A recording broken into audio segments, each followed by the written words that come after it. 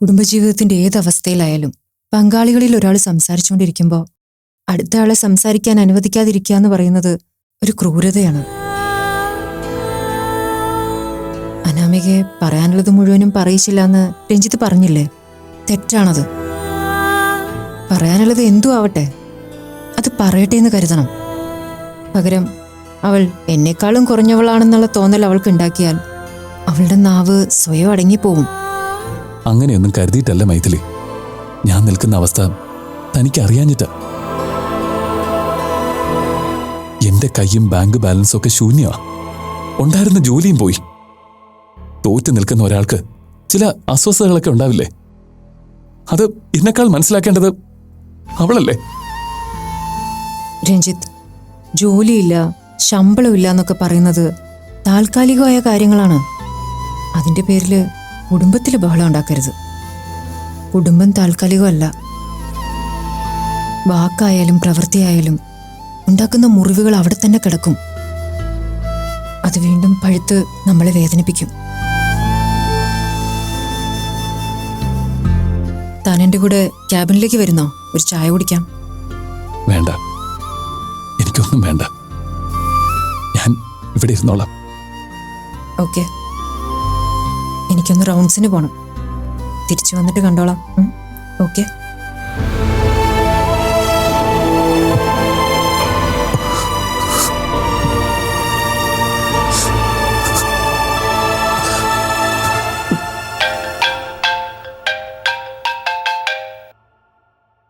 Hello സ്നേഹ. അരുൺ, തനിക്ക് പെട്ടെന്ന് വീട്ടിലോട്ടൊന്ന് വരാൻ പറ്റുമോ? അയ്യോ, ഇവിടെ നല്ല തിരക്കാ. അച്ഛൻ പെട്ടെന്നൊന്ന് തളർന്നു വീണു, അതുകൊണ്ടാ. അയ്യോ, നീ ഒന്ന് വന്നിരുന്നെങ്കിൽ. അതോ ഞാൻ വേറെ ഏതെങ്കിലും ഹോസ്പിറ്റലിൽ കൊണ്ടുപോകണോ? വേണ്ട, ഞാൻ പെട്ടെന്ന് വരാം.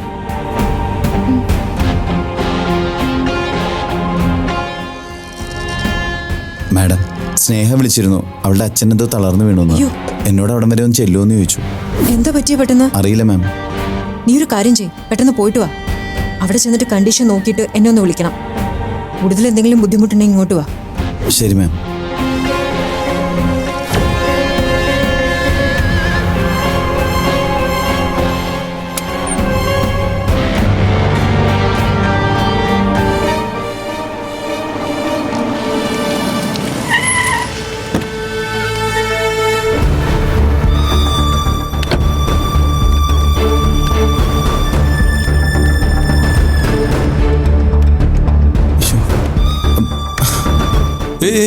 റിലാക്സ്, ഞാൻ നോക്കട്ടെ. റിലാക്സ്.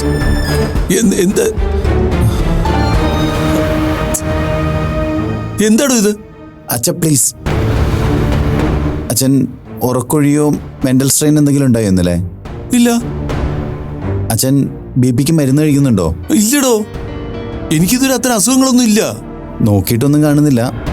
പക്ഷേ നമുക്ക് ഹോസ്പിറ്റലിൽ പോയി മൊത്തത്തിലൊന്ന് ചെക്കപ്പ് ചെയ്താലോ? എന്തിന്? കിടന്നോളൂ. ഇത് താൻ എന്താ ഈ കാണിക്കുന്നത്? അല്ല, സ്നേഹ ഹോസ്പിറ്റലിലേക്ക് വിളിച്ചിരുന്നു. അച്ഛന് തീരെ വയ്യ, പെട്ടെന്ന് വരാൻ പറഞ്ഞു. ഞാനോ? ഞാൻ ഇവിടെ കിടന്ന് അല്പം മയങ്ങിപ്പോയി, അല്ലാതെ എനിക്കെന്ത് കുഴപ്പം?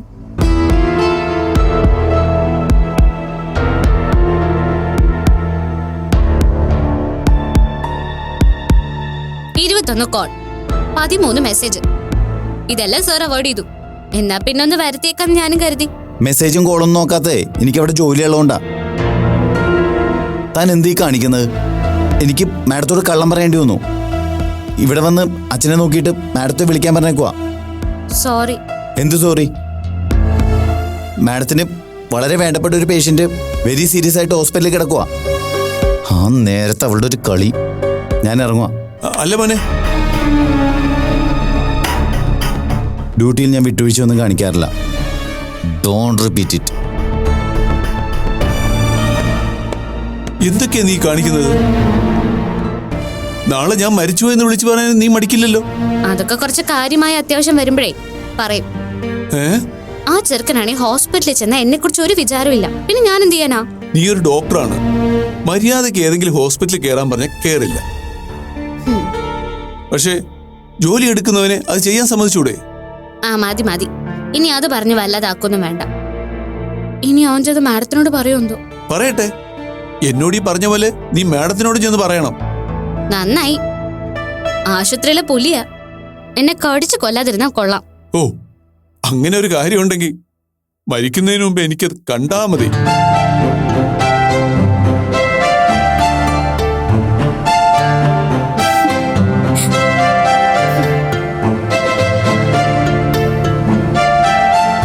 എല്ലാം ചെയ്തു വെച്ചിട്ട് അവൻ നിൽക്കുന്ന നിപ്പ് കണ്ടില്ലേ? ഒറ്റ കുത്തുവെച്ച് കൊടുക്കണം. നീ കാരണ അനാമിക ആന്റി അങ്ങനെയൊക്കെ ചെയ്തത്. ആന്റിക്ക് എന്തെങ്കിലും പറ്റുണ്ടല്ലോ. വേണ്ട, എന്തിനാ നീ ഇപ്പൊ കരയുന്നത്? എന്തിനൊക്കെ ഉത്തരവാദിത്വം പറയണം ഞാൻ? ഇനി ആരോടെങ്കിലും ഇത്തരത്തിൽ എന്തെങ്കിലും സംസാരിച്ചിട്ടുണ്ടെങ്കിൽ പിന്നെ പഠിക്കാനും പോണ്ട, ഒന്നിനും പോണ്ട. അമ്മേ, എന്താ മോനെ? അനാമിക ആന്റിയുടെ കാര്യം പറഞ്ഞതാ. ഒക്കെ ഇവരാണല്ലോ വരുത്തി വെച്ചത്. മക്കളെ കൊണ്ട് ആവശ്യമില്ലാത്തതൊന്നും ചോദിപ്പിക്കരുതെന്ന് പറഞ്ഞു. പക്ഷേ മക്കളെ കൊണ്ട് ആവശ്യമില്ലാത്തത് മറ്റുള്ളവരോട് പറയിപ്പിക്കാതിരിക്കാനും ശീലിക്കണം. പേഷ്യന്റ് ജീവിച്ചിട്ടുണ്ടോ അതോ? ഇപ്പോഴെങ്കിലും ചോദിച്ചല്ലോ, മരിച്ചിട്ടില്ല. അനാമിക എന്തെങ്കിലും ചെയ്തിട്ടുണ്ടെങ്കിൽ അത് അവളുടെ മാത്രം തീരുമാനമാണ്. അല്ലാതെ ഇത്തിരി പോകുന്ന ഒരു കുഞ്ഞു പോയി പറഞ്ഞതിന്റെ പേരിൽ ആരും ഒന്നും ചെയ്യില്ല. പിന്നെന്താ കാരണം? കാരണം പറ. കാരണങ്ങൾ ഉണ്ടാക്കിയവര് തന്നെ അത് ചോദ്യം ചെയ്യാൻ നിൽക്കരുത്. ആര് കാരണങ്ങൾ ഉണ്ടാക്കി? ഞാനോ? മോൻ പറഞ്ഞു നിർത്തിയെടുത്തുന്ന മമ്മി തുടങ്ങാണോ? ഐ എം സോറി സാരംഗ്, എനിക്ക് നല്ല ക്ഷീണമുണ്ട്. ഞാനൊന്ന് ഫ്രഷ് ആവാൻ വന്നതാ. മോൻ വാ. ആ, അനാമികയുടെ കാര്യം പറഞ്ഞ് ഇനി കുഞ്ഞിനെ വിഷമിപ്പിക്കരുത്. നിന്നോടും കൂടെയാ. അവനൊരു തെറ്റും ചെയ്തില്ലെന്ന് അമ്മ എന്തിനാ പറയുന്നത്? തെറ്റ് ചെയ്തവരെ മുഴുവനും നീ ചോദ്യം ചെയ്യോ? ശിക്ഷിക്കോ? അങ്ങനെയാണെങ്കിൽ ഇവിടെ പലരും രക്ഷപ്പെടാൻ ബുദ്ധിമുട്ടാണ്.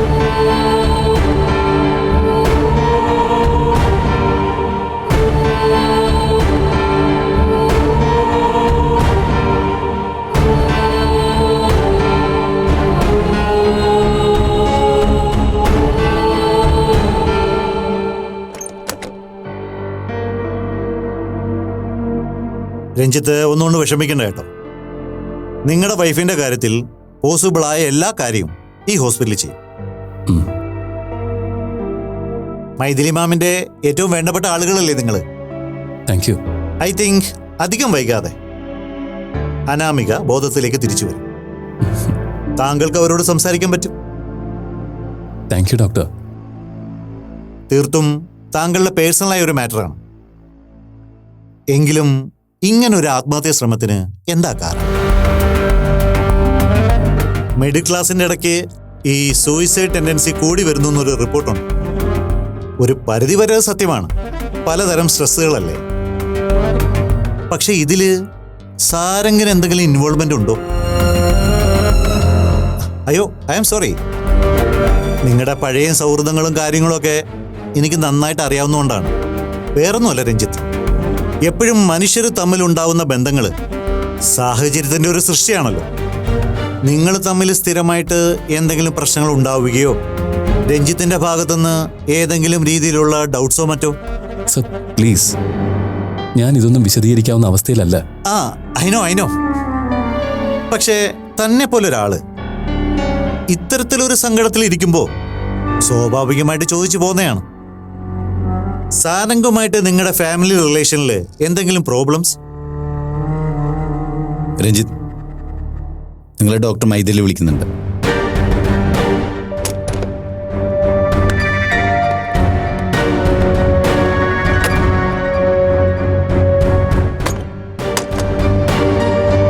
നിങ്ങളുടെ ഇൻവെസ്റ്റിഗേഷൻ കഴിഞ്ഞോ? എന്ത് ഇൻവെസ്റ്റിഗേഷൻ? ഞാൻ അയാളെ ഒന്ന് സമാധാനിപ്പിക്കുകയായിരുന്നു. അത് മനസ്സിലായി സാർ. സാറിൻ്റെ സീനിയറല്ലേ? പക്ഷെ സാറിപ്പോൾ ഈ കാണിക്കുന്ന പ്രവൃത്തി ഉണ്ടല്ലോ, അതിനോട് എനിക്ക് പരമ പുച്ഛമാണ് സാർ. അരുൺ, ഒന്ന് പോണം മിസ്റ്റർ. ഒരു ഡോക്ടറുടെ നിലവാരം വേണ്ട, ഒരു ശരാശരി മനുഷ്യന്റെ നിലവാരമെങ്കിലും നിങ്ങളിൽ നിന്ന് ഒരാളെങ്കിലും പ്രതീക്ഷിച്ചു പോയാ അതൊരു തെറ്റല്ല.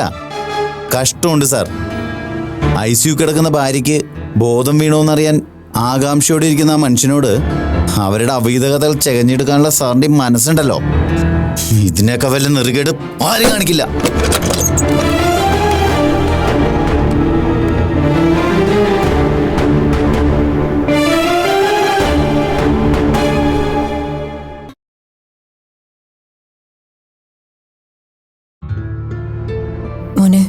ഹോസ്പിറ്റലിലേക്ക് പോവാട്ടോ. സമയമാകുമ്പോൾ സുമാൻറ്റിയുടെ അടുത്ത് ചെന്ന് ഭക്ഷണം വാങ്ങിച്ചു കഴിക്കണം. എന്നിട്ട് കിടന്നു. അമ്മ ചിലപ്പോൾ വൈകും. അനാമിക ആന്റിയുടെ അടുത്ത് മോ സോറി പറഞ്ഞെന്ന് പറയൂ. പറയാം കേട്ടോ. ആ പിന്നെ അച്ഛനോടോ ചേച്ചിയോടോ ഈ കാര്യത്തെക്കുറിച്ചൊരു സംസാരം ഉണ്ടാവരുത്. യാമി എന്തു പറഞ്ഞാലും മോൻ കേട്ടില്ലെന്ന് കരുതി വിട്ടുകളഞ്ഞാൽ മതി. വഴക്കുണ്ടാക്കരുത്. അമ്മ പൊക്കോ, ഞാൻ ആരോടും വഴക്കുണ്ടാകില്ല. Good boy. എന്നാ അമ്മ പോയിട്ട് വരട്ടെ. അമ്മ, എന്താ മോനെ? ആന്റിക്ക് സുഖമാകുമ്പോ എന്നെ ആന്റിയുടെ അടുത്ത് കൊണ്ടുപോകൂ. എനിക്ക് കാണാനാ. ആന്റിക്ക് സുഖാവട്ടെ, അമ്മ കൊണ്ടുപോവാം.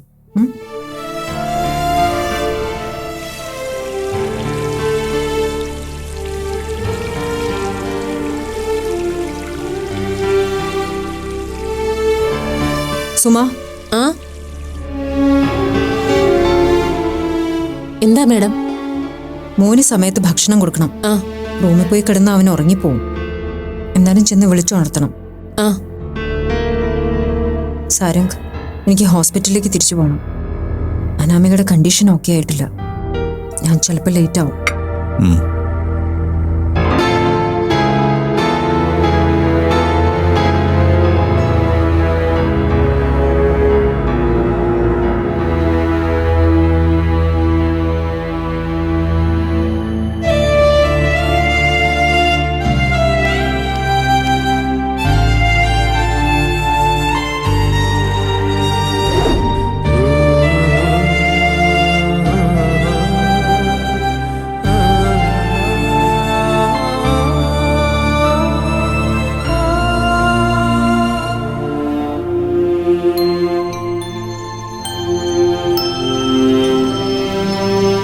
രഞ്ജിത്ത്,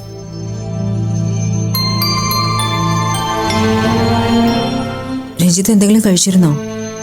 കഴിച്ചു. കള്ളം. താൻ കഴിച്ചിട്ടില്ല. ഇവിടെ നിന്ന് എഴുന്നേറ്റിട്ടല്ലേ കഴിക്കാൻ പോകാൻ പറ്റൂ. എനിക്കൊന്നും വേണ്ടാഞ്ഞിട്ടാടോ. എനിക്ക് അവളെ ഒന്ന് കാണാൻ പറ്റുമോ? ഈ നേരത്തത് വേണോ? മൈഥിലി പേടിക്കണ്ട. ഞാൻ ബഹളം വയ്ക്കുകയോ തട്ടി ഉണർത്താൻ ശ്രമിക്കുകയോ ഒന്നും ചെയ്യില്ല. എനിക്കൊന്ന് കണ്ടാ മതി. രഞ്ജിത്ത്, ഈ ICUവിനടുത്ത് ഒരുപാട് മുഹൂർത്തങ്ങൾക്ക് ഞാൻ സാക്ഷിയായിട്ടുണ്ട്. ജീവിതത്തിൽ ഇന്നുവരെ കണ്ടിട്ടില്ലാത്ത ഉറ്റവരെ കാണാൻ വരുന്നവര്, എന്തെങ്കിലും നിസ്സാര പ്രശ്നങ്ങളുടെ പേരിൽ പരസ്പരം ആക്രമിച്ചെത്തിയവര്, പിന്നെ ഇതുപോലെ ചെറിയ ചെറിയ തെറ്റിദ്ധാരണകളുടെ പേരിൽ സ്വയം മുറിവേൽപ്പിച്ച് ഇവിടെ വന്ന് അകപ്പെടുന്നവര്. പുറത്തെല്ലാവരും വലിയ വലിയ കാര്യങ്ങൾ പറയുന്നവരാ. സ്വന്തം ചങ്കൂറ്റവും നെഞ്ചുറപ്പും ഒക്കെ പറയും.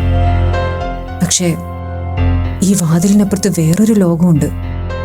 അതിനകത്ത് നിശബ്ദത പോലും നമ്മളെ പേടിപ്പിക്കും. നമുക്ക് വിങ്ങലുണ്ടാക്കും. അനാമികയ്ക്ക് ബോധം വന്നതിന് ശേഷം കണ്ടാ പോരെ? അതാ നല്ലതെന്നാണ് എനിക്ക് തോന്നുന്നത്. എൻ്റെ ഒരു സമാധാനത്തിന് വേണ്ടിയാ മൈഥിലി. എന്നിട്ട് എത്ര നേരം വേണമെങ്കിലും ഞാനിവിടെ കാത്തിരുന്നോളാം.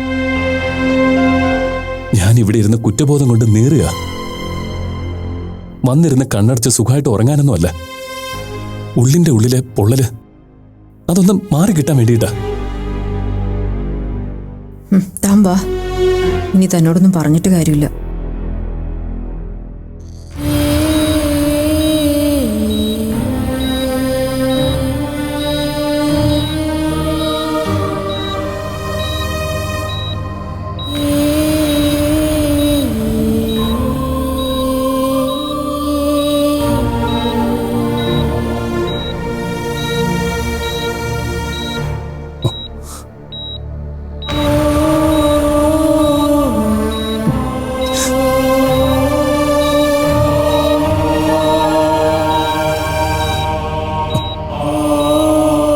നല്ല തണുപ്പ്. സാരമില്ല.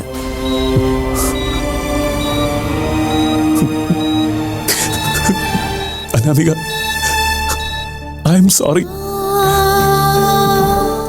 Really sorry.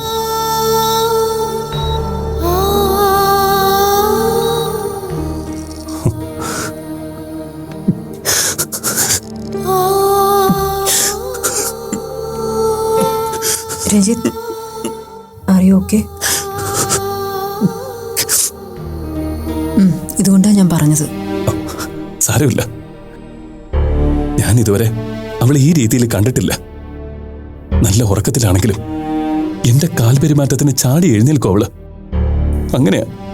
എടോ, എന്ത് സംഭവിച്ചോന്നറിയാതെ, ചുറ്റും നിൽക്കുന്ന ആളുകളുടെ അവസ്ഥ അറിയാതെ അവളിങ്ങനെ കിടക്കുന്നു എന്നതിന് ഞാനല്ലാതെ വേറൊരു കാരണമില്ലല്ലോ. മതി മതി. പിടിവിട്ടു പോയാൽ പിന്നെ തിരിച്ചു കിട്ടാൻ പ്രയാസമാണ്. ഞാനൊരു കാര്യം ചെയ്യാം. ഇവിടെ ഒരു റൂം അറേഞ്ച് ചെയ്യാം. താൻ അവിടെ പോയി നന്നായിട്ടൊന്ന് ഉറങ്ങ്, റിലാക്സ് ചെയ്യ്. വേണ്ട, ചെന്ന് കിടന്നാലും ഉറങ്ങാനൊന്നും പറ്റില്ല. ഞാനിവിടെ ഇരുന്നോളാം. എടോ, ഞാനിന്ന് വീട്ടിൽ പോകുന്നില്ല, ഇവിടെ തന്നെ ഉണ്ട്. അനാമികയെ കൃത്യമായിട്ട് ഞാൻ നോക്കിക്കോളാം. മൈഥിലി പോവാതിരിക്കണ്ട. ഇത്രയും നേരം കൂടെ നിന്നില്ലേ, ദാറ്റ്സ് ഇനഫ്. വെറുതെ ഉറക്കം കളയണ്ട. എനിക്കവൾ ആരാ രഞ്ജിത്ത്? സൊസൈറ്റിയിലെ ചില ആളുകൾ ഫാമിലി ഫ്രണ്ട്സ് എന്നൊക്കെ പറയുന്നത് ഒരു അലങ്കാരമായിട്ട് കൊണ്ട് നടക്കുന്നുണ്ടാവും. നിങ്ങളെ രണ്ടുപേരെയും ആ കൂട്ടത്തിൽ ഞാൻ കണ്ടിട്ടില്ല. എൻ്റെ നല്ല ചങ്ങാതിമാർ, 2 കൂടപ്പിറപ്പുകൾ. അതാണ് മനസ്സിൽ ഞാൻ കാണുന്ന സ്ഥാനം. അതങ്ങനെ എപ്പോഴും വിളിച്ചു പറയേണ്ട ആവശ്യമുണ്ടെന്ന് എനിക്ക് തോന്നിയിട്ടില്ല. മൈഥിലി, ഒരു ദിവസം അവൾക്ക് കാവലിരിക്കാനുള്ള അവകാശമൊക്കെ എനിക്കുണ്ട് രഞ്ജിത്ത്. ഇപ്പോഴാ എനിക്ക് കൂടുതൽ ടെൻഷൻ. ഞാൻ സംശയിച്ചതുപോലെ, തന്റെ ഉള്ളിലെ ചോദ്യങ്ങൾ പോലെ അനാമികയുടെ ഭാഗത്ത് നിന്ന് എന്തെങ്കിലും സംഭവിച്ചിട്ടുണ്ടെങ്കിൽ താൻ പറഞ്ഞ പുണ്യം പോലും ഇല്ലാതാവും. അങ്ങനെ സംഭവിക്കാതിരിക്കട്ടെ. തന്നെ അവള് വേദനിപ്പിക്കാതിരിക്കട്ടെ. രഞ്ജിത്ത് ഇരുന്നോളൂ, ഞാൻ ക്യാബിനിലുണ്ടാവും. ഓർമ്മയില്ലാതെ കിടക്കുന്ന ഒരാളുടെ മനസ്സിനെ കുറിച്ച് നമ്മൾ കൂടുതൽ ചർച്ച ചെയ്യുന്നത് ശരിയല്ല.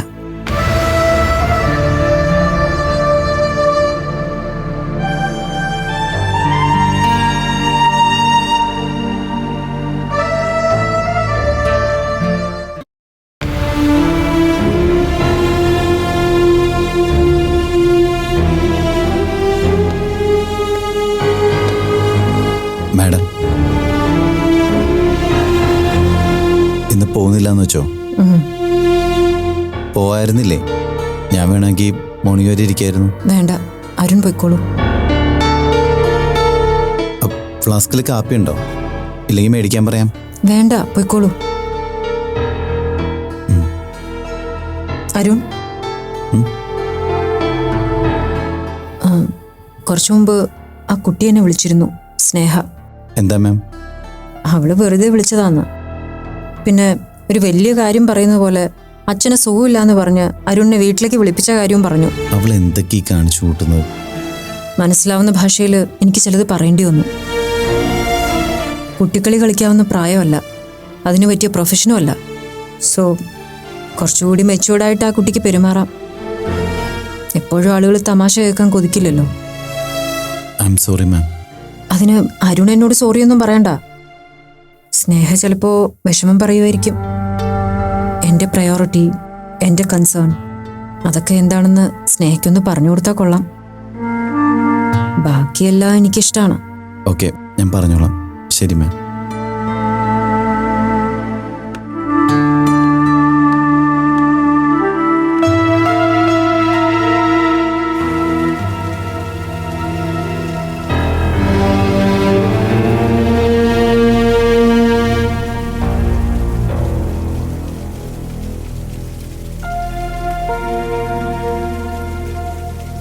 അച്ഛാ, ആ, മോൾ ഉറങ്ങിയില്ലായിരുന്നോ? കുറച്ചു നേരം കിടന്നു. പിന്നെ എഴുന്നേറ്റപ്പോ മുറി വന്ന് നോക്കി, അച്ഛനെ കണ്ടില്ല. അച്ഛനെന്താ ഉറങ്ങാത്തെ? എന്തോ അറിയില്ല. അച്ഛനെന്താ അനാമിക ആന്റിയെ കാണാൻ പോവാത്ത? എന്തെങ്കിലും കാരണമുണ്ടോ? എന്ത് കാരണം? ഹോസ്പിറ്റലിലെ കാര്യങ്ങളൊക്കെ കൃത്യമായിട്ട് അറിയുന്നുണ്ടല്ലോ. പിന്നെ അമ്മ അവിടെ ഇല്ലേ? അതുപോലല്ലല്ലോ അച്ഛാ. അച്ഛൻ ചെന്ന് അന്വേഷിക്കേണ്ടതല്ലേ? മോളെന്താ ഉദ്ദേശിക്കുന്നേ? അല്ലച്ചാ, മോള് കുഞ്ഞാ. നിനക്ക് കുറച്ചുകൂടി പ്രായം ഉണ്ടായിരുന്നെങ്കിൽ അച്ഛന് ചില കാര്യങ്ങളൊക്കെ തുറന്ന് സംസാരിക്കാൻ പറ്റുമായിരുന്നു. പക്ഷേ ഇപ്പം മോള് മനസ്സിലാക്കേണ്ടത് അച്ഛൻ അവിടെ പോണത് ശരിയല്ലെന്ന്. ഈ ബന്ധങ്ങൾക്കൊരു കുഴപ്പമുണ്ട്. ചെറിയ മുറിവുകളിൽ അത് കൂടുതൽ സംസാരിക്കും.